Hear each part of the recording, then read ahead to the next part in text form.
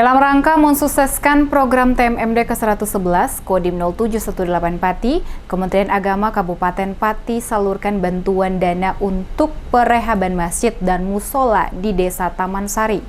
Takmir Masjid Taman Sari sampaikan terima kasihnya karena sangat bermanfaat dan menjadi berkah untuk masyarakat desa setempat.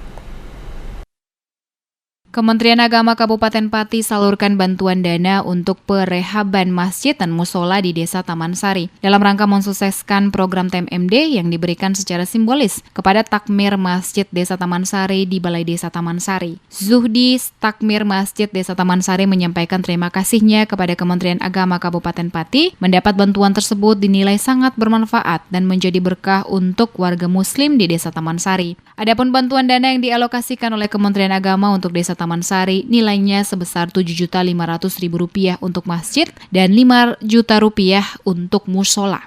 Terima kasih sekali kepada Teknik yang telah membantu pembangunan masjid ini. Mudah-mudahan bantuannya ini mendorong kami untuk meningkatkan perbaikan fasilitas dan mudah-mudahan bermanfaat untuk masyarakat dan jamaah, khususnya jamaah masjid kami. Harapan kami mudah-mudahan untuk pelaksanaan program ini bisa berjalan lancar, sukses, dan bermanfaat khususnya bagi masyarakat Taman Sari.